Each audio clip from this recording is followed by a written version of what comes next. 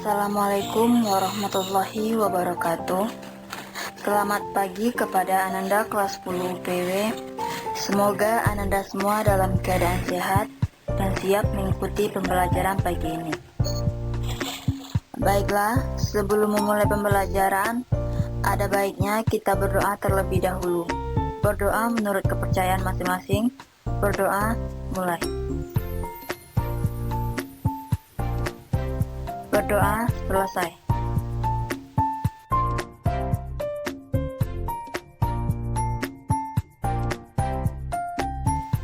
Pada pertemuan kali ini, kita masuk kepada pembahasan tentang bekerja dalam tim.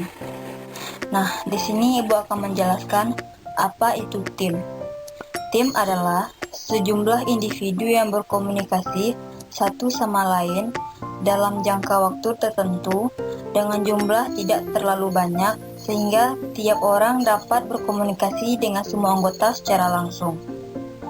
Bekerja dalam satu tim adalah melakukan suatu pekerjaan dalam satu kelompok besar ataupun kecil untuk mencapai tujuan bersama.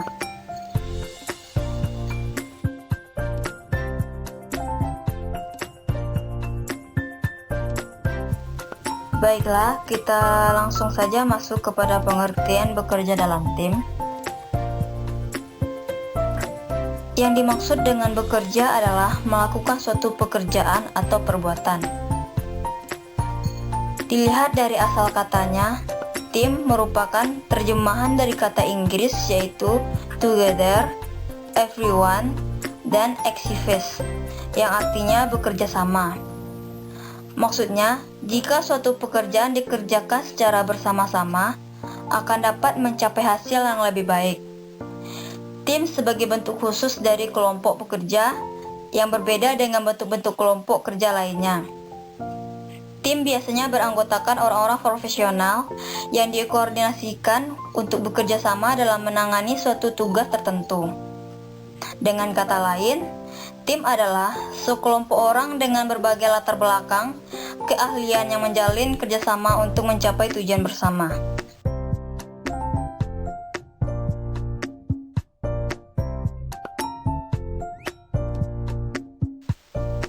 Agar semua anggota dapat mengoptimalkan segala potensinya, perlu diketahui tipe-tipe tim yang cocok serta tugas dan tanggung jawab masing-masing tim. Yang pertama, tim formal, yang kedua tim informal, dan tim tugas.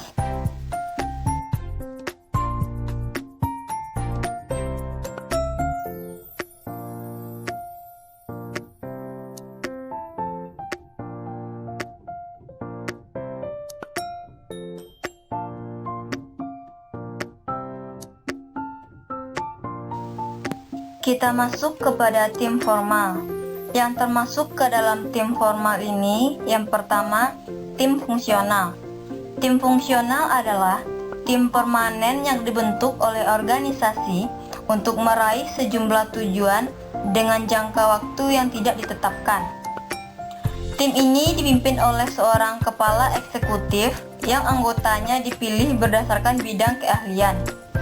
Nah, tugas dan tanggung jawabnya adalah mengelola kegiatan organisasi sehari-hari, melakukan pertemuan secara berkala untuk membahas rencana kerja, serta menerima laporan dari bawahan dalam rangka mengontrol, menyusun, merencanakan, dan melakukan tugas pekerjaan tim. Yang kedua, tim pendukung formal. Tim pendukung formal adalah tim yang memberikan dukungan dan layanan seperti keuangan, sistem informasi, administrasi, dan personalia.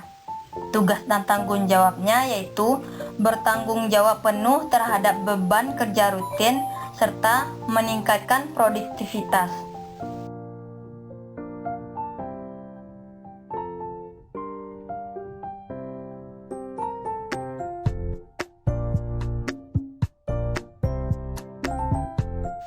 Selanjutnya, tim informal.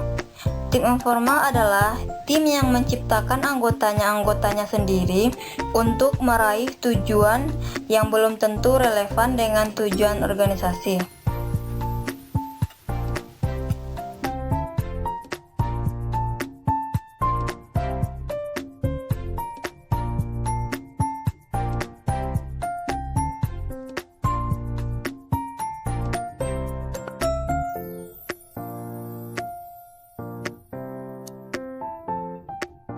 Yang ketiga itu tim tugas. Tim tugas ini adalah sebuah tim yang diciptakan oleh organisasi untuk meraih tujuan dengan ruang lingkup yang relatif sempit dan dalam jangka waktu yang telah ditentukan. Adapun yang termasuk ke dalam tim ini, yang pertama, tim proyek. Tim proyek dibentuk selama berlangsungnya suatu proyek tertentu. Tim ini bertugas dan bertanggung jawab untuk menentukan pembagian kelompok dan tugas serta perencanaan yang rinci dengan penuh disiplin. Yang kedua, tim perubahan. Tim perubahan berdiri dari para ahli yang ditunjuk untuk membuat perubahan dengan kemampuan kolektif. Tugas dan tanggung jawab tim ini untuk mempengaruhi budaya perusahaan untuk mencapai peningkatan hasil dengan menerapkan metode baru.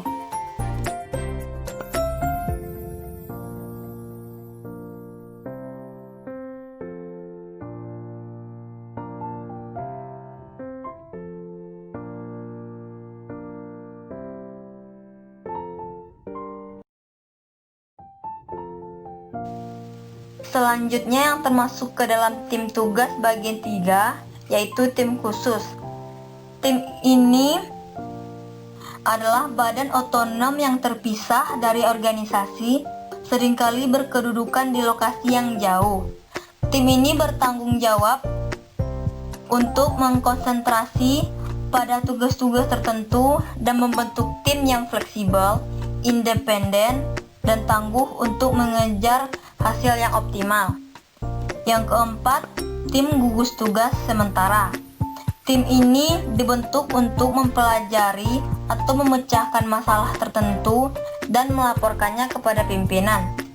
Tim ini bertanggung jawab untuk membangun sistem IT baru, menghilangkan penghentian produksi dengan melibatkan diri dan dalam tugas-tugas serupa, dan untuk menggunakan proses informasi dan menciptakan alternatif.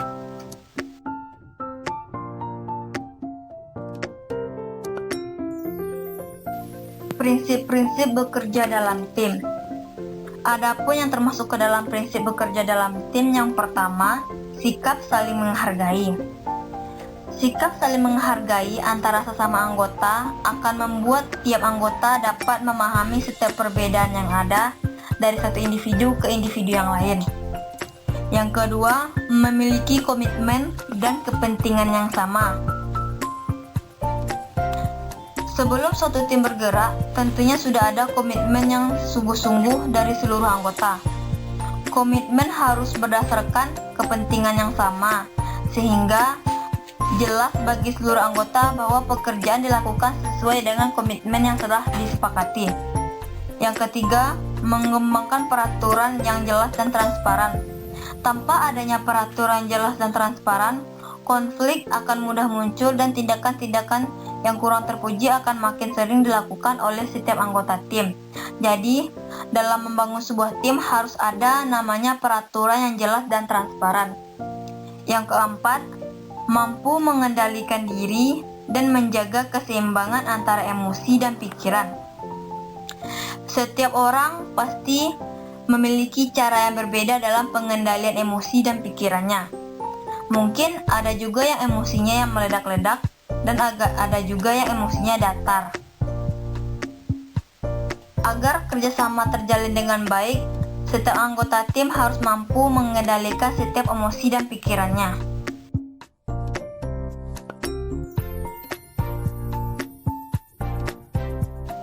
Selanjutnya, atau yang kelima, saling mendukung. Sikap saling mendukung antara anggota tim merupakan salah satu model yang penting dalam mengembangkan suatu tim. karena hal ini akan membuat anggota tim menjadi lebih bersemangat dalam bekerja. Berhasil satu anggota tim merupakan keberhasilan bersama. Sebaliknya, kekurangan satu anggota tim juga merupakan kekurangan bersama. Jadi, setiap anggota tim harus saling mendukung satu sama lain. Yang keenam, bersikap terbuka dan saling percaya. Bersikap terbuka memungkinkan suatu anggota tim mengetahui apa yang dilakukan oleh anggota lainnya, sehingga sesama tim dapat memberikan masukan yang positif dan membantu memecahkan masalah-masalah dalam tim. Tanpa adanya keterbukaan dan saling percaya, akan sulit bekerja sama dalam satu tim. Rasa saling percaya ini antara sesama tim merupakan syarat mutlak yang harus dimiliki oleh setiap anggota tim agar tim mampu bekerja sama secara efektif. Yang ketujuh, produktivitas. Tim dapat menyelesaikan tugas yang tidak mungkin dilaksanakannya per orang. Melalui saling berbagi sumber daya, keterampilan, pengetahuan, dan kepemimpinan, bekerja dalam tim akan lebih efektif daripada perorangan. Yang kedelapan, selalu berkonsultasi sebelum memutuskan. Hal ini harus dilakukan agar keputusan yang diambil memang berdasarkan kesepakatan bersama, bukan semata-mata keputusan pribadi. Supaya keputusan yang diambil sudah berdasarkan pertimbangan dari anggota tim yang lebih tahu atau ahli dalam hal tertentu, pengambilan keputusan tentunya berdasarkan tugas dan tanggung jawab tiap anggota. Namun, penting untuk selalu berkonsultasi dengan sesama anggota. Yang terakhir, evaluasi.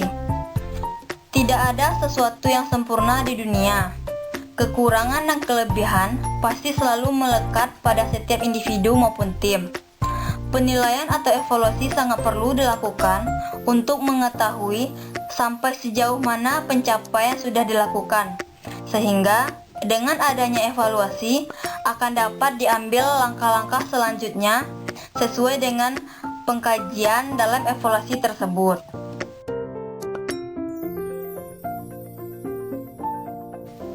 Baiklah, hanya itu pembahasan kita pada pagi ini.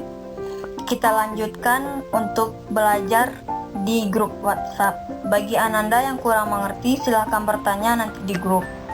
Ibu sudahi dengan Assalamualaikum warahmatullahi wabarakatuh.